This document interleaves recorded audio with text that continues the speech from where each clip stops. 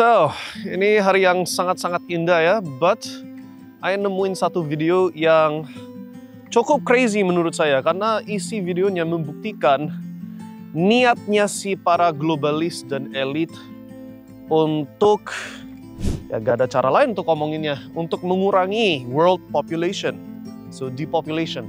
Dan of course, kalau kamu di posisi yang pegang power, yang dikurangin bukan keluargamu sendiri dong. Yang dikurangin orang-orang yang kamunya nggak peduli. Tapi aku harus hati-hati kali ini karena ini video yang kalau aku salah omong bisa jadi di take down atau di target justru. So I have to be a bit careful. Tapi sebelum I bahasin secara dalam, kamu nonton dulu deh video yang aku lihat dan you ambil kesimpulan sendiri. Tapi di sini aku minta kalian perhatiin kata kunci, kata-kata yang mereka pakai, terutama di saat mereka bilang goalnya mereka adalah untuk depopulate, untuk mengurangi populasi. Playback videonya. Of reducing population growth, that's this big benefit. In the developed countries, the big winners are countries that have shrinking populations. I would like to reduce the number of people on the planet because there's too many of us. Now, the world today has 6.8 billion people. That's headed up to about 9 billion. Now, if we do a really great job on new vaccines, healthcare, reproductive health services, we could lower that by perhaps 10 or 15%. When we invest in clean energy and electric vehicles and reduce population, We definitively will have to face other surprises, black swans as they are called, maybe different kinds of viruses. So, isi video itu adalah member-member satu organisasi. Saya gak bisa sebutin namanya karena terakhir aku menyebutkannya kena take down dari sosmed. Tapi you Google aja, You will own nothing and be happy 2030. Google itu aja, nanti kamu bisa lihat siapa itu organisasi yang aku lagi maksud. Oke? So, mereka semua yang di video itu adalah member dalam satu organisasi itu. Dan you bisa lihat atau dengar dari kosakata mereka bahwa mereka ada goal dan kacamata mereka adalah dunia ini terlalu banyak manusia. Oke? Harus depopulate. Dan ini aku pinjem beberapa quotes di dalam videonya sendiri ya. Jadi ini bukan opini saya, ini aku cuma minjem quotes yang disebutin. Kita bisa mengurangi population kalau kita memperbaiki sistem kesehatan, vaksin, dan lain-lain. I'm not kidding. Itu kata demi kata yang disebutin. So, ketika kamu dengar video-video ini dengan urutan yang barusan ditunjukin, you coba bayangin kamu di posisi yang pegang power. Kamu yang ada kekuasaan untuk belokin polis dan kebijakan medis satu negara atau berapa banyak negara. You ada kekuatan untuk mempengaruhi produk apa saja yang di-develop, yang di-research dan dibesarin dalam hal dunia medis lah. Aku gak mau sebutin apa yang aku lagi maksud, karena kalau disebutin, di-take down. Of course, yang di keluargamu sendiri gak mungkin kamu bunuh kan? Oh, sorry, gak boleh bilang bunuh juga karena mereka bukan membunuh siapa-siapa, cuma depopulate dunia ini. Itu toh yang mereka bilang. Gak boleh bunuh. Oh, tapi kalau tiba-tiba banyak orang tes AIDS, HIV setelah udah apa ya ini? Gak tahu ya. Ternyata positif. Ya, paham ya maksud saya? Jadi tanda tanya, oke, dalam hal medis, siapa yang bisa dipercaya lagi? We are talking about, ternyata yang namanya pandemi nggak sefatal yang dikirakan. Ternyata tetap kena. Diwajibkan untuk tetap kena. Ini aku cuma pegel ini tangannya, pegel sekali, harus gini ya. Tetap aja bisa kena. Gak pengaruh sama sekali. Oh, terus isinya apa? Terus tujuannya apa? Mewajibkan seluruh dunia untuk pegel tangan. You understand? Well, dari satu sisi profitnya luar biasa. Itu first answer, jawaban pertama. Kalau kamu di kacamata, kamu itu orang atau kamu di perusahaan pharmaceutical, and you know ketika ada widespread pandemi atau ada penyakit yang menular kemana-mana, you bisa mewajibkan seluruh dunia untuk pegel tangan.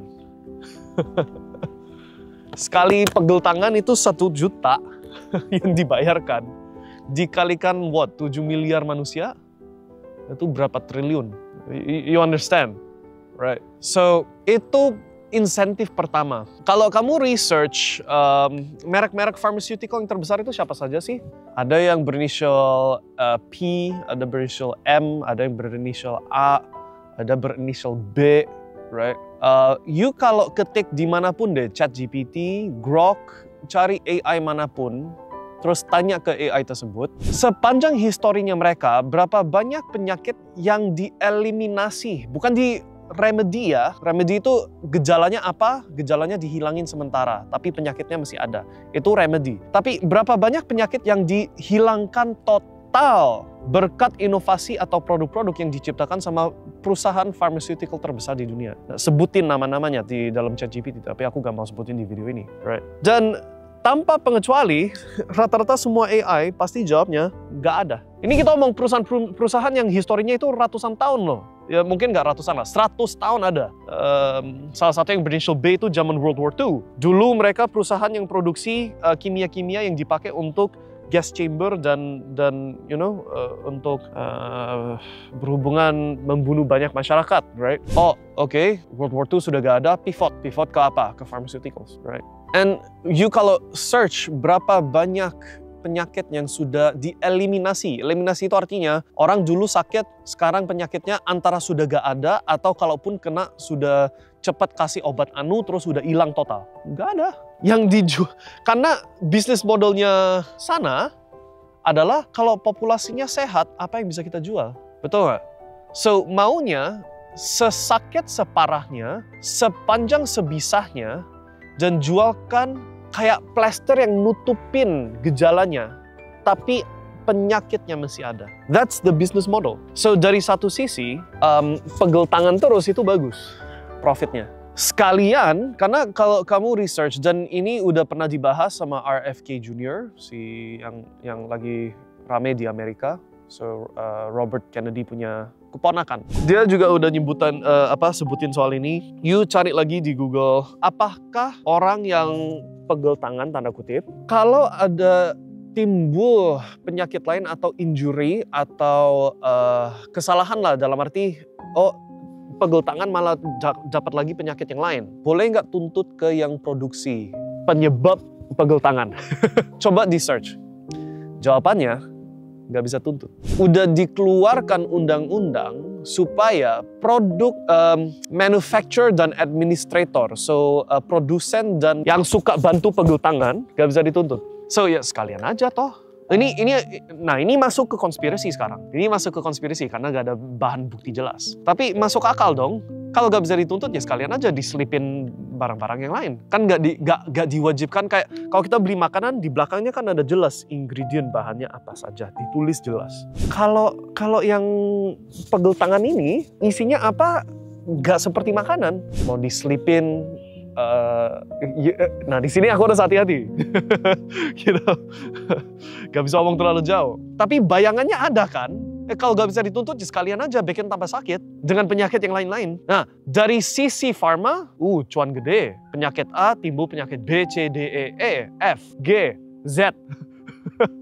Yang masing-masing cash flow seumur hidup sampai mati. Dari sisi mereka yang tadi ditayang di video, si member-member asosiasi ini yang aku gak bisa sebutin namanya, goalnya tercapai dong. Dunia ini berkurang manusianya supaya lebih banyak sumber alam yang bisa di-share.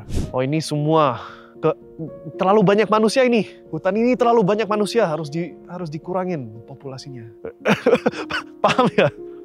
So, nah, of course, ayo ngomong semua ini jadi kayak, well, first of all, bisa jadi ada yang bilang, ini konspirasi. Ya oke, fine, anggap aja konspirasi, that's okay. Tapi, kalau kamu nggak bisa mikir secara critical thinking itu nggak bisa mikir secara kritis. Bukan langsung ngambil pesimis, tapi selalu menanyakan gimana aku bisa tahu ini benar atau salah. Gimana aku bisa tahu ini jujur atau bohong. Gimana aku bisa tahu bahwa ini beneran baik buat saya atau ada jebakan Batman di belakangnya. You kalau nggak bisa mikir secara kritis kayak gitu, dan mulai menanyakan, oke, kesehatan itu sebenarnya dipengaruhi sama apa saja. Kalau ada penyakit, penyakitnya itu bisa jenis penyakit apa saja dan sembuhinnya bagaimana. Ini aku minggir sedikit. Kenapa kok obat-obat natural itu gak pernah dipromosikan sama dokter kamu atau apa? Kenapa? Karena obat natural gak bisa dipaten. So, aku kasih satu contoh. Dan ini disclaimer, aku bukan orang medis, bukan siapa-siapa ya. Tapi aku pernah baca-baca tanda kutip.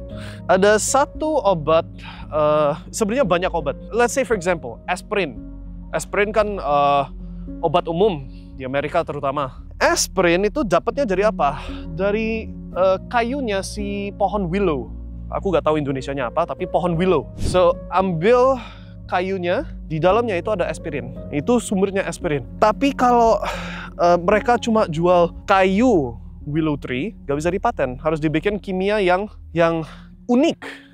Di dalam struktur kimianya itu diganti sesuatu supaya unik dan itu bisa dipaten. Baru itu dipamer, dijual. Contoh yang lain, ada pohon di Indonesia. Kalau nggak salah Indonesia atau di mana ya? Aku lupa.